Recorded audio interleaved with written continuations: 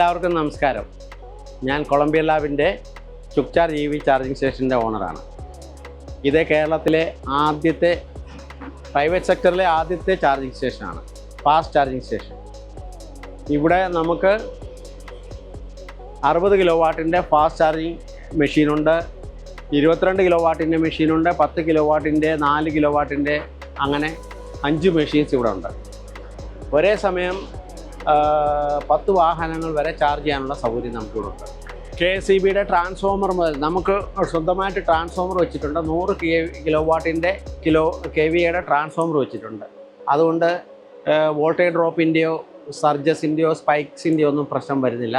നമ്മുടെ electricity dedicated for this charging station. വേറെ ഒരു ലോഡിലേക്ക് ഉപയോഗിക്കുന്നില്ല. നമ്മൾ കണക്ട് ചെയ്യുന്ന കാറിലേക്ക് നേരിട്ട് KSEBയുടെ 11 kV ലൈനിൽ നിന്ന് ട്രാൻസ്ഫോമർ ത്രൂ ഈ ചാർജിങ് മെഷീൻ വഴിയാണ് വരുന്നത്. അതുകൊണ്ട് മറ്റ് ചാർജിങ് സ്റ്റേഷനുകളിൽ സംഭവിക്കാറുള്ളതുപോലെ ഫ്രീക്വൻ്റ് ആയിട്ടുള്ള വോൾട്ടേജിലുള്ള വ്യതിയാനങ്ങൾ ഇവിടെ വരാൻ സാധ്യത കുറവാണ്. അതുകൂടാതെ ഈ ചാർജിങ് സ്റ്റേഷന് മാത്രം ഒരു പ്രത്യേകതയാണ്, ഇവിടെ ഉപയോഗിക്കുന്ന മൊത്തം ഇലക്ട്രിസിറ്റി നമ്മൾ KSEBക്ക് തിരിച്ചു കൊടുക്കുന്നു. അതായത് സോളാർ പാനൽ, നമുക്ക് 50 കിലോ വാട്ടിൻ്റെ സോളാർ പ്ലാന്റ് ഉണ്ട് ഇവിടെ. അതും കൊളംബിയ ലാബ് സ്ഥാപിച്ച സോളാർ പ്ലാന്റാണ്. അതിൽ നിന്ന് നമുക്ക് ഒരു മാസം 7500 യൂണിറ്റ് കൂടുതൽ പ്രൊഡ്യൂസ് ചെയ്യാം. ആ പ്രൊഡ്യൂസ് ചെയ്യുന്ന ഇലക്ട്രിസിറ്റി നമ്മൾ KSEBക്ക് കൊടുക്കുന്നു. KSEBയിൽ നിന്ന് രാത്രിയും പകലുമായിട്ട് നമ്മൾ അത്ര തന്നെ ഉപയോഗിച്ച് തീർക്കുന്നു. അങ്ങനെയാണ് നമ്മൾ പ്രകൃതിയെ സംരക്ഷിക്കാൻ വേണ്ടി ചെയ്യുന്നതാണ്. ഇവിടെ ഉപയോഗിക്കുന്ന മുഴുവൻ വൈദ്യുതിയും സൗരോർജ്ജത്തിൽ നിന്ന് ഉൽപ്പാദിപ്പിക്കുന്നതാണ്. ഈ ചാർജിങ് സ്റ്റേഷൻ നിങ്ങൾ കാണുന്ന പോലെ ഇത് 10,500 സ്ക്വയർ ഫീറ്റ് ഏരിയ കവേർഡ് ഏരിയയാണ്, കാനോപ്പിയാണ്. ഈ കാനോപ്പിയുടെ അടിയിൽ നിങ്ങൾക്ക് സൗകര്യമായിട്ട് വണ്ടി പാർക്ക് ചെയ്ത് വെയിലോ മഴയോ കൊള്ളാതെ സുഖമായിട്ട് ചാർജ് ചെയ്യാനുള്ള സൗകര്യമുണ്ട്.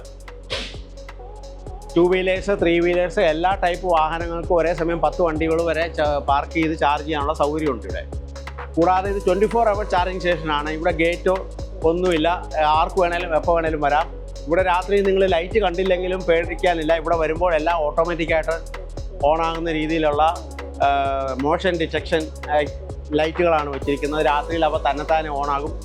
അതുപോലെ ഇവിടെ കസ്റ്റമേഴ്സിനെ മൊബൈൽ ചാർജ് ചെയ്യാനും ആവശ്യം വന്നാൽ ടെലിഫോൺ ഉപയോഗിക്കാനും drinking water, toilet, mobile charging facility, അങ്ങനെ ധാരാളം ഫെസിലിറ്റീസ് കസ്റ്റമേഴ്സിന് വേണ്ടി നമ്മൾ ഏർപ്പെടുത്തിയിട്ടുണ്ട്. പിന്നെ ഇവിടെയുള്ള സെക്യൂരിറ്റി, രാത്രിയിൽ ഫാമിലിയായിട്ട് വരുന്നവർക്കും ഒന്നും ഭയപ്പെടാനില്ല. കാരണം ഇവിടെ 4 ചുറ്റും ക്യാമറകൾ വെച്ചിട്ടുണ്ട്. ഈ ക്യാമറകൾ 24 അവേഴ്സ് ഞങ്ങൾ മോണിറ്റർ ചെയ്യുന്നുണ്ട്. ഇതിൻ്റെ ഒരു ടെർമിനൽ നമ്മുടെ വീട്ടിലും പിന്നെ മൊബൈൽ ഫോണിൽ നിന്ന് കിട്ടുന്നുണ്ട്. കമ്പ്യൂട്ടറിൽ വീട്ടിലെ മോണിറ്ററിൽ കൂടെ കാണാൻ സാധിക്കും. പിന്നെ ഇതിൻ്റെ തൊട്ടുപുറകിൽ നാഷണൽ ഹൈവേയുടെ ഓഫീസ് ആയതുകൊണ്ട് 24 അവേഴ്സ് സെക്യൂരിറ്റി ഇവിടെ ഉണ്ട്. പിന്നെ എമർജൻസി ടെലിഫോൺ നമ്പേഴ്സ് എല്ലാം ഇവിടെ കൊടുത്തിട്ടുണ്ട്. അതുകൊണ്ട് ആർക്കെങ്കിലും സെക്യൂരിറ്റി ഫീലിംഗ് ഉണ്ടെങ്കിൽ ഇവിടെ ഒന്നും ഭയക്കാനില്ല. ഇവിടെ ഏറ്റവും സേഫസ്റ്റ് ചാർജിങ് സ്റ്റേഷനാണിത്. അമ്യൂണിറ്റീസിൽ നമ്മുടെ അടുത്ത് തന്നെ ഇവിടെ ആവശ്യമുണ്ടെങ്കിൽ ടോയ്ലറ്റ് അടുത്ത് തന്നെ ഉണ്ട്, ഡ്രിങ്കിങ് വാട്ടറും അങ്ങനെ ആവശ്യമുള്ള എല്ലാ ഫെസിലിറ്റീസും ഇവിടെ തന്നെ ഉണ്ട്.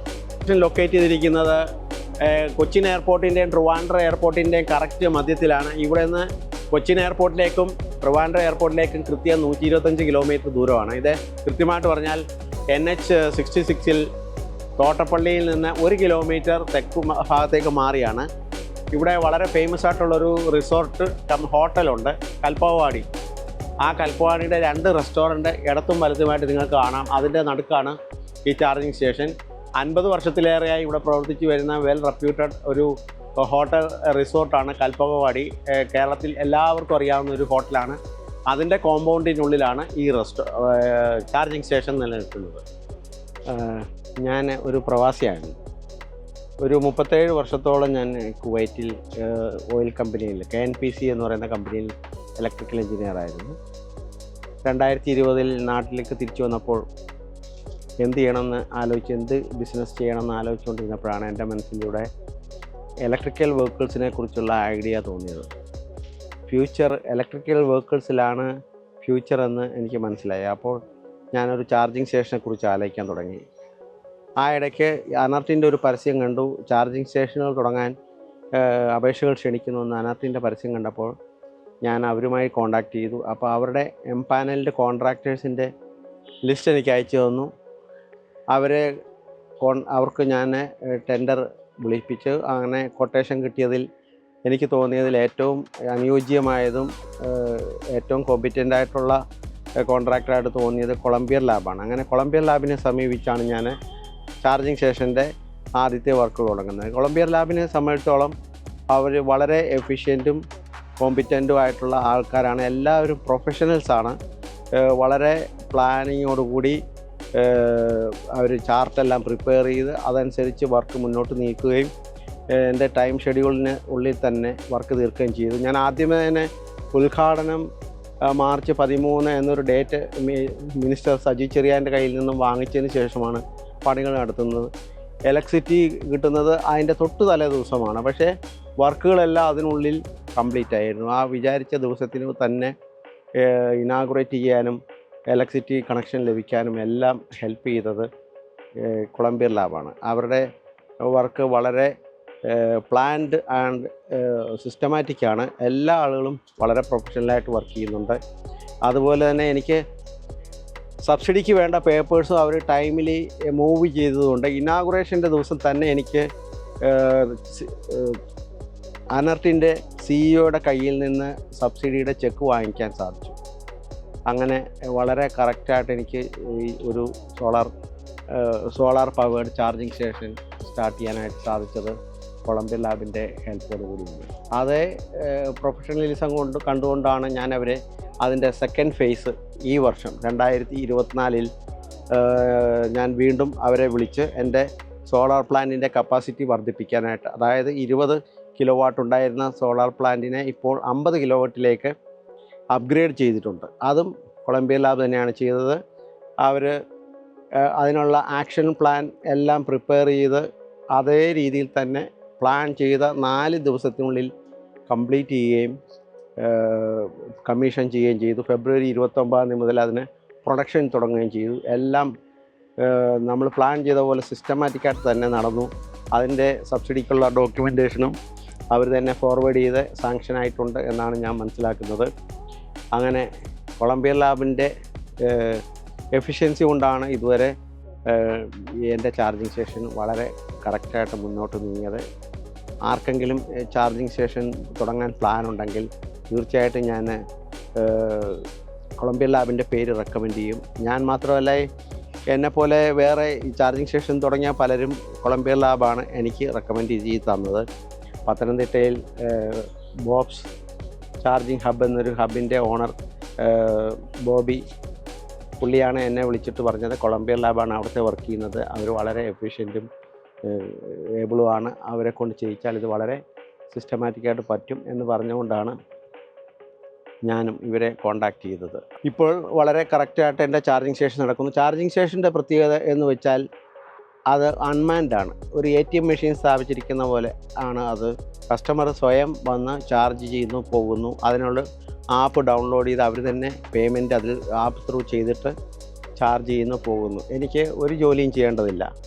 അവിടെ നടക്കുന്ന കാര്യങ്ങളെല്ലാം CCTV കൂടെ എനിക്ക് ഇവിടെ ഇരുന്ന് കാണാൻ സാധിക്കും.